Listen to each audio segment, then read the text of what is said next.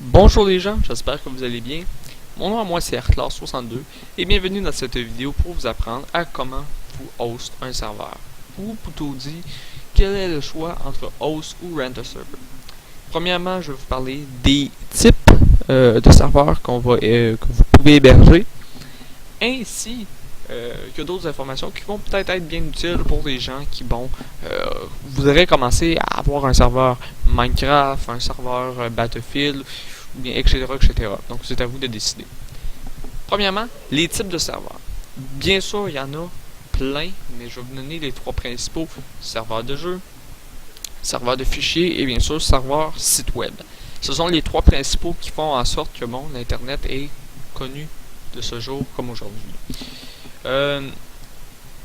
Ces types de serveurs ont de ce qu'on appelle des HTTM, donc des réseautiques spécialisés, donc qui leur différencient les uns des autres.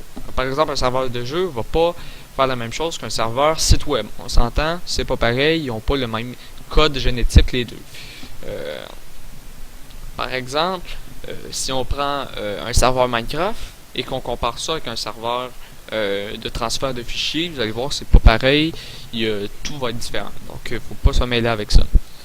Par la suite, je vais vous présenter les sites qui hostent ces serveurs. Ça va être dans l'épisode 2. Parce que j'ai marqué ici épisode 2, comment s'en créer un. Et après ça, je vais vous expliquer, je vais vous parler dans l'épisode 2, partie 2, si vous voulez hoster un serveur, quelle place faut regarder. Et donc, on passe déjà à la troisième partie ici. Qu'est-ce qui est bien? Hoster soi-même ou bien louer un serveur? Hoster soi-même, ça comporte des risques que je vais vous parler juste ici. Hoster, ça veut dire que vous avez beaucoup moins de lag. Donc si vous êtes un lagueux, je vous déconseille de host parce que vous allez doublement laguer. Donc assurez-vous d'avoir un bon PC pour host ou bien un deuxième PC. C'est très recommandé pour host un serveur. Rent a server, c'est pas la meilleure place. Si vous n'avez pas de carte de crédit ou bien si vos parents ne payent pas rien sur Internet, ça sert à rien de rent a server. Vous allez juste faire chier. Okay? Vous n'allez pas pouvoir avoir de serveur si vos parents le refusent. Donc comme moi, je n'ai jamais loué un serveur. J'ai plutôt hosté mes serveurs moi-même et c'est plutôt moi qui a fait mes serveurs. Parce que ça ne me tentait pas d'avoir un serveur préfet, donc c'est donc pour ça que j'ai décidé de host. Les risques de hoster un serveur. Il y a bien des gens qui me disent, ben non, t'as pas de risque, vas-y mon homme. Il y a des risques assez importants. Premier risque, le DDoS, bien parlé.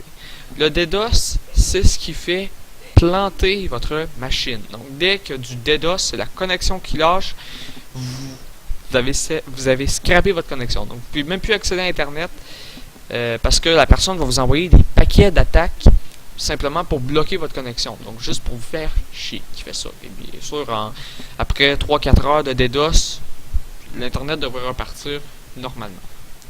Mais bon, les risques aussi de DDoS, les risques de host, excusez-moi, donc désolé pour les chiens en haut, donc il m'énerve un peu aujourd'hui. Les risques de host aussi, vous pouvez faire overloader votre machine, donc assurez-vous d'avoir au moins des mémoires RAM assez puissantes pour host un serveur, parce que si vous avez juste, je prends un exemple, 4 GB de mémoire RAM, vous allez faire planter votre ordinateur en coup d'œil.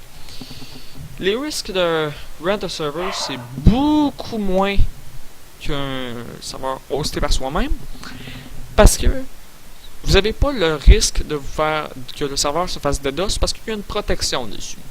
Mais par contre, si il arrivait une grosse panne, désolé, mais vous venez de perdre de l'argent par mois. Donc vous avez loué un serveur et par exemple le lendemain, la compagnie devait fermer, vous venez de dépenser 8$ pour rien. Donc faites attention à où est-ce que vous allez host votre serveur, et c'est donc pour ça que je vais vous montrer des sites internet qui vont peut-être être bien pratiques.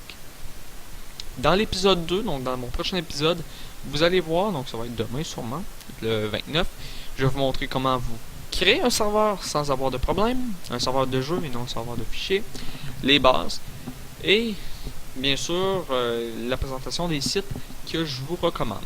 Dans l'épisode 3, je vais déjà en parler, ça va être les serveurs avancés. Donc, si vous êtes un professionnel des serveurs, eh bien, ça va être votre coup de chance. Ou bien, si vous êtes un débutant qui veut en apprendre plus sur les serveurs Minecraft, parce que ça va être ce qu'on va faire, eh bien, toute l'aide est la bienvenue. Donc, je vous remercie d'avoir été là. N'hésitez pas à appuyer sur le bouton follow, le bouton abonner, et on se retrouve les gens pour un prochain épisode. C'était Erclar62. Merci d'avoir été là et à la prochaine les gens. Ciao!